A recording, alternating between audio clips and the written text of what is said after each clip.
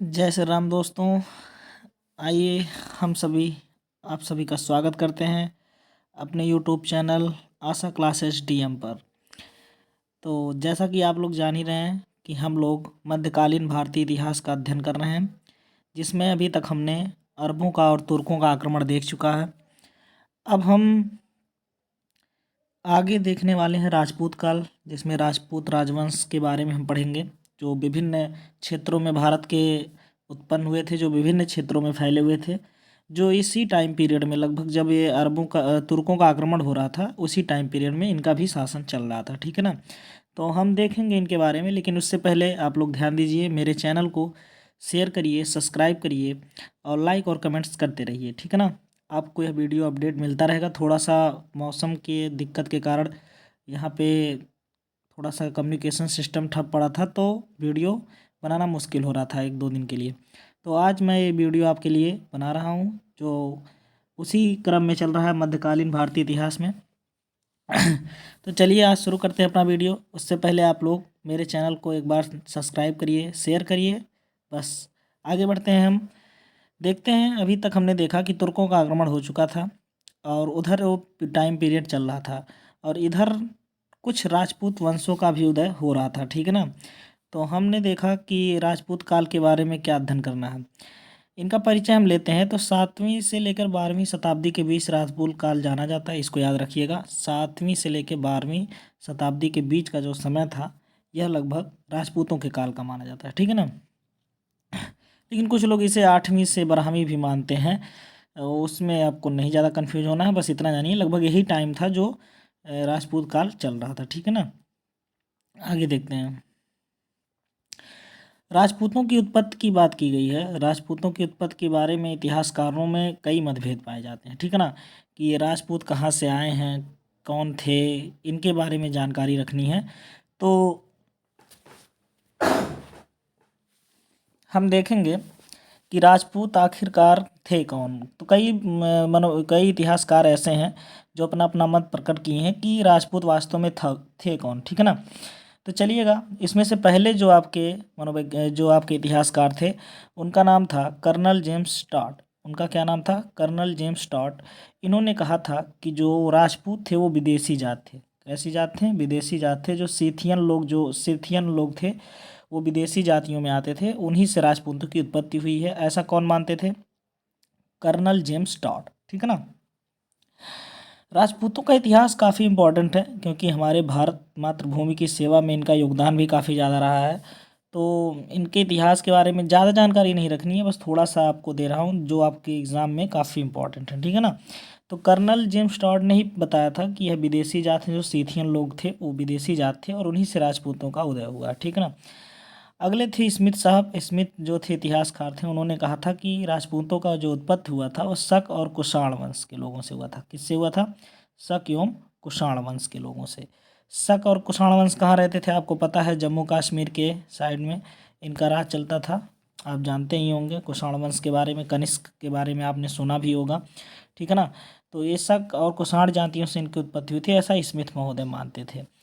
लेकिन वहीं पे आप देखेंगे गौरी शंकर, हीरा चंद ओझा, ये दो इतिहासकार हैं। शंकर और हीरा चंद ओझा जो थे, ये दो लोगों का मानना था कि इनकी उत्पत्ति जो थी प्राचीन क्षत्रियों के वंशजों से हुई थी। किससे हुई थी?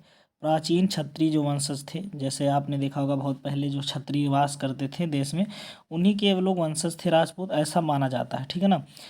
चलिए आगे देखते हैं।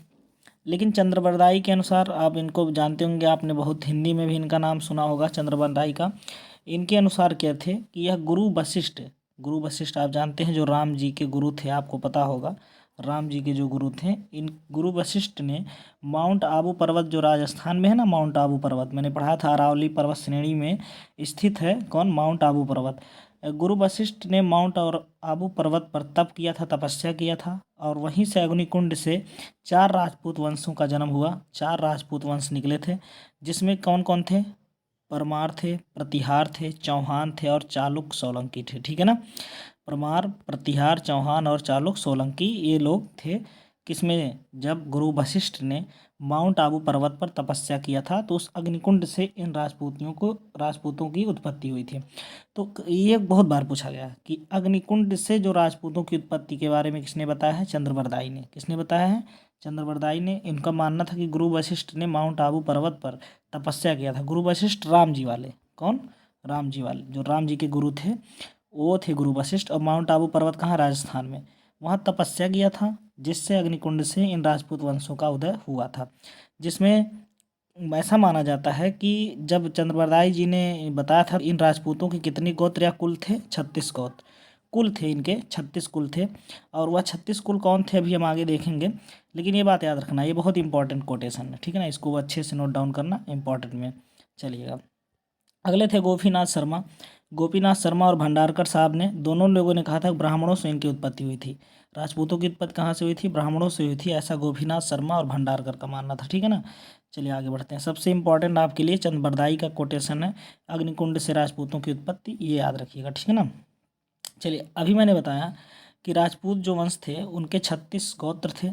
और कौन से वो 36 गोत्र थे, समझते हैं कुल कौन से थे।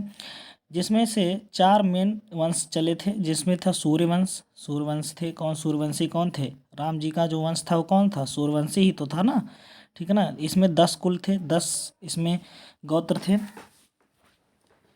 और वहीं पे अगला वंश था चंद्रवंश। कौन सा वंश था, चंद्रवंश जो थे आपके,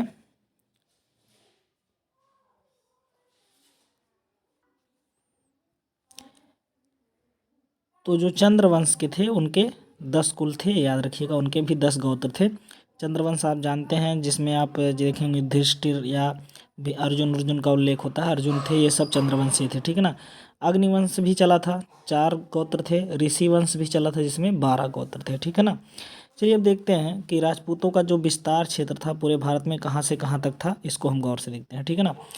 अगर हम देखेंगे तो राजपूतों में गुर्जर जो प्रतिहार थे, इनका गुजरात के उत्तरी और राजस्थान के दक्षिणी क्षेत्र, गुजरात के उत्तरी और राजस्थान के दक्षिणी क्षेत्र में गुर्जर प्रतिहार आए थे, ठीक है ना।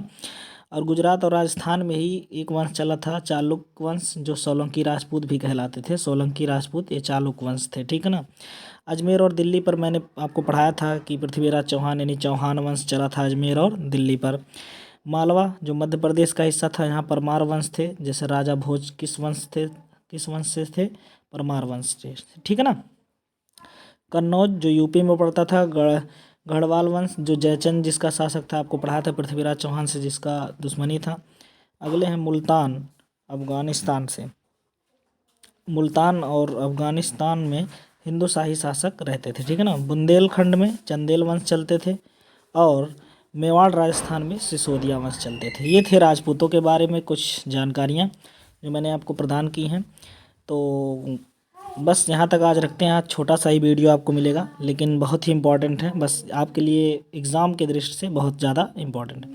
तो आप लोग मेरे वीडियो को अगर आप लोग पसंद करते हैं तो लाइक ज़रूर करिए और शेयर करिए, कमेंट्स करिए और सब्सक्राइब ज़रूर करवाइए। बस इतना ही चाहता हूँ आपसे और कुछ नहीं, ठीक है ना। तो चलिए आज का वीडियो यहाँ समाप्त करते हैं। आगे कल हम देखेंगे वीडियो के बाद, अगला क्लास जो है हम देखेंगे कल। धन्यवाद, जय श्री राम, शुभ रात्रि।